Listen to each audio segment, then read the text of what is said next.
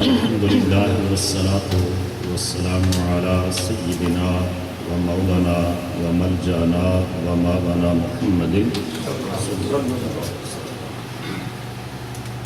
النبي الأمي العربي القرشي الهاشمي الأبطحي المكي المدني الإحامي الشاهد المشهود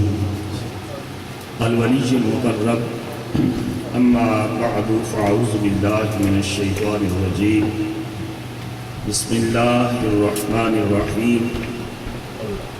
قال الله تبارك وتعالى في القرآن المجيد والفرقان الحميد ويعلمهم الكتاب والحكمة ويزكيهم إنك أنت العزيز الحكيم صدق الله مولانا العظيم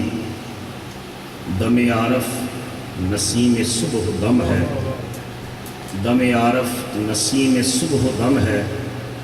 اسی سے ریشہ معنی میں نم ہے، اگر کوئی شعیب آئے میسر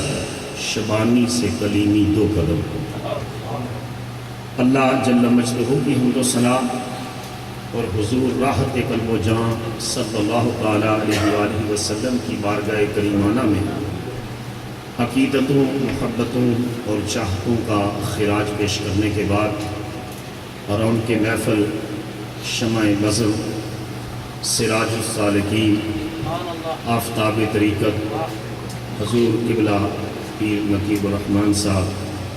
سجادہ نشین آستانہ عالیہ عیدگاہ شریف حضور صاحبزادہ والا شام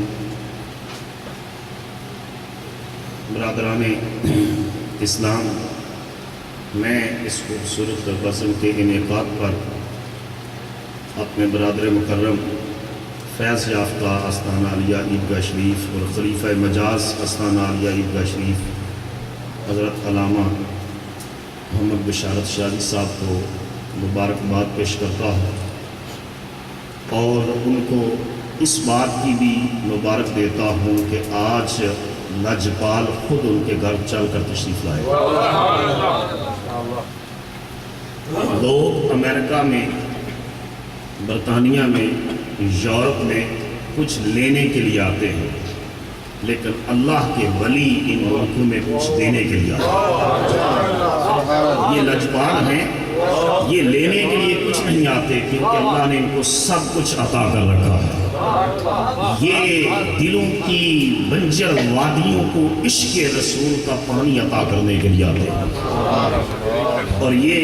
جس طرح علامہ صاحب نے فرمایا کہ حضور لسانی پاک کا اس سے پاک ہے، وہ کریم تھے، انہی کے نام پر یہ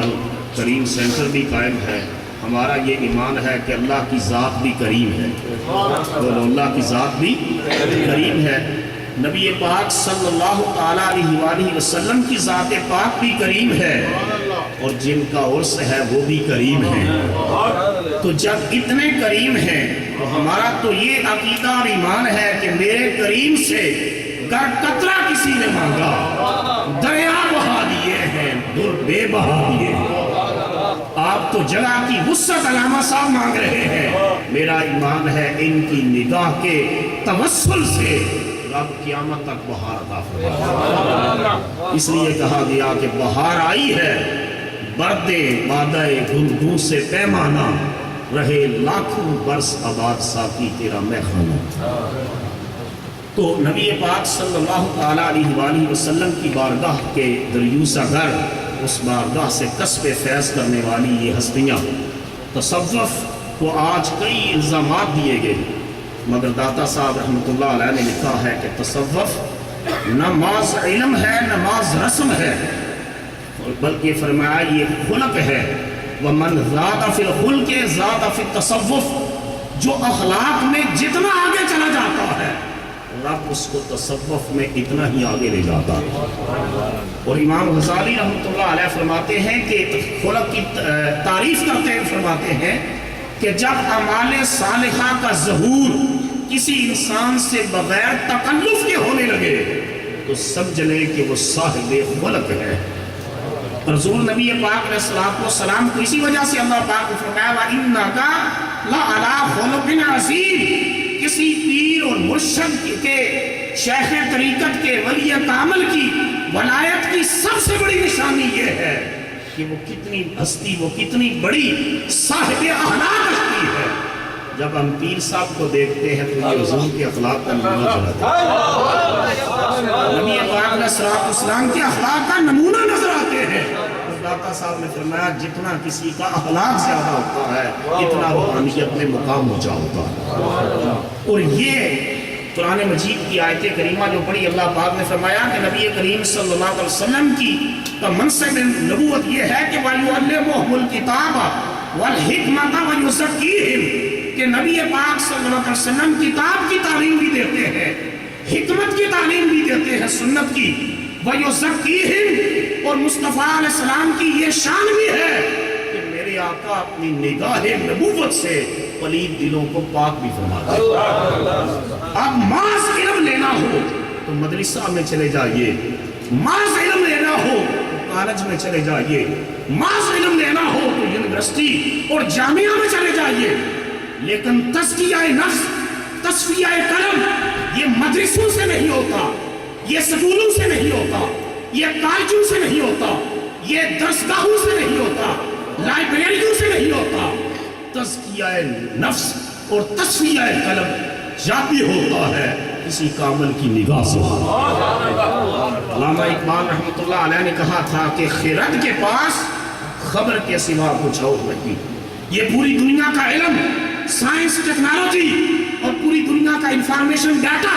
اور سیٹلائٹ سسٹم جو علم آپ کے دروازوں کی دہلیز پر دستک دے رہا ہے، اقبال کہتا ہے یہ ساری خرد کی کرشمہ سازیاں ہیں۔ خرد کے پاس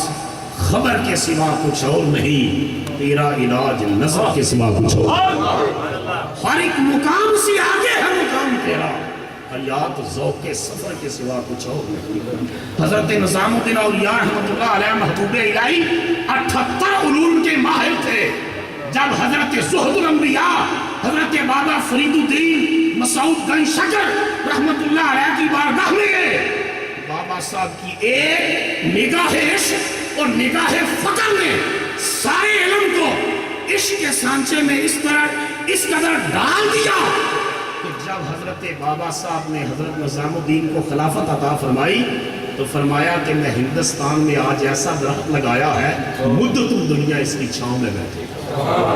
مدتوں دنیا اس کی چھاؤں میں بیٹھی۔ آج ہندو بھی ان کی بارگاہ میں آتے ہیں، وہ کہتے ہیں کہ یہ تمہیں بھی نوازتے ہیں، یہ ہمیں بھی نوازتے ہیں۔ دشمن بھی آئے تو میری چھاؤں میں بیٹھے،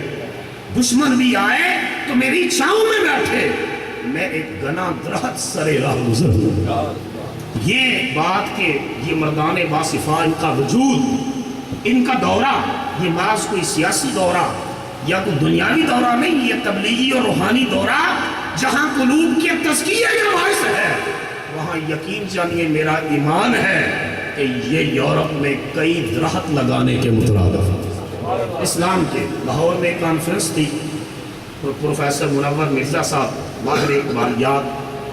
انہوں نے حضرت علامہ اقبال رحمۃ اللہ علیہ کے فارسی شعر کی تشریح کی اور فرمانے لگے، بحث اس بات کے اوپر ہو رہی تھی کہ یہ 800 سال اسپین کے اندر مسلمانوں کی حکومت رہی، جب ڈکلائن آف اسپین اور ڈکلائن آف کارڈووا ہوا 1236 میں غرناطہ میں زوال آیا، اقبال بھی وہاں گئے تو چیختے تھے کہ اے گلستان اندلس وہ دن ہے یاد تجھ کو، اے گلستان اندلس وہ دن ہے یاد تجھ کو، تھا تیری ڈالیوں پہ جب آشیاں ہمارا، جب تیرے در و دیوار توحید و رسالت کے نور سے چمکتے تھے، مگر جب زوال آیا تو ہم جہت زوال تھا۔ لیکن برے صغیر میں جو ہے وہ انگریز مختلف قسم کی سازشیں کرتا رہا، کامیاب نہ ہو سکا، تو انہوں نے تو اپنے انداز میں تشریح کی، انہوں نے کہا کہ عاشق جب دنیا سے جاتا ہے تو پیچھے اجاڑ بیامانیاں چھوڑ کے جاتا ہے۔ ان کے بعد ہمارے مرشد کریم حضور ضیاء الامت حضرت جسٹس پی محمد کرم شاہ صاحب رحمۃ اللہ علیہ کی باری آئی، آپ نے ارشاد فرمایا کہ میں پروفیسر صاحب کی اس شعر کی تشریح سے میں اتفاق نہیں کرتا، فرمایا جب عاشق دنیا سے جاتا ہے تو پیچھے ویرانیاں چھوڑ کے نہیں جاتا، ہجوم عاشقاں چھوڑ کے جاتا ہے، ہجوم عاشقاں چھوڑ کے جاتا ہے۔ اور فرمایا برے صغیر میں اسلام اس لیے ختم نہ ہو سکا کہ برے صغیر میں داتا گنج بخش علی حجویری تھے، سلطان باہو تھے، فرید الدین مسعود گنج شکر تھے، اور سپین میں یہ ہستیاں نہیں تھی، اس لیے آفتاب اسلام زوال پذیر ہوا۔ میں کہتا ہوں آج ان بزرگان دین کے وجود کی برکت سے انشاءاللہ قیامت تک اسلام کا پھیرا لہراتا ہے، کیونکہ جہاں جہاں ان کے قدم جائیں گے، جہاں جہاں ان کا وجود مسعود جائے گا، اس کی برکات سے رب کریم دین اسلام کے گلشن کو بہاریں عطا کرتا ہے۔ اور یہ اسی نقطے کے اوپر میں جو ہے اختتام کی طرف لاؤں گا کہ قلب کا تزکیہ اور تصفیہ قلب یہ مرد کامل کی نگاہ کے بغیر ہو ہی نہیں سکتا۔ حضرت فضالہ حضور علیہ السلام کے صحابی ہیں، کہتے ہیں ایمان لانے سے قبل میرے اندر دل میں بڑا بغض و عناد تھا رسول اللہ صلی اللہ علیہ وسلم کی ذات پاک کے حوالے سے۔ آپ حرم کعبہ کا طواف کر رہے تھے، میں اپنی بغل کے اندر ایک چھرا دبا کر گیا کہ معاذ اللہ استغفر اللہ، جب آپ کی پشت مبارک میری طرف ہوگی میں پیچھے سے وار کروں گا، اس شمع حق کو گل کر دوں گا۔ لیکن اس وقت خبر نہ تھی کہ وہ شمع کیا بجھے جسے روشن خدا کرے۔ فرماتے ہیں کہ میں اسی نیت بد سے وہاں پہنچا، نبی پاک علیہ السلام حرم کعبہ کا طواف کر رہے تھے، جب وہاں سے گزرنے لگے جہاں میں کھڑا تھا تو آپ میرے قریب آئے، فرمایا تعال یا فضالہ، فضالہ میرے قریب آ۔ میں قریب ہوا، آپ نے فرمایا کس ارادے سے آیا ہے؟ میرا وجود لرز اٹھا، کب کبھی تاری ہو گئی۔ آپ نے فرمایا فضالہ کیا ابھی وہ وقت نہیں آیا کہ تو کفر شرک کے اندھیروں سے نکل آئے؟ پھر کیا تھا کہ دست مصطفیٰ کہتے ہیں میرے قلب پر تھا، اور نگاہ نبوت کی توجہ پڑی، اور اللہ کی بارگاہ میں جو جملہ کہا آقا علیہ السلام نے دعائیہ کلمات کہے، اللہم اذہب الغلہ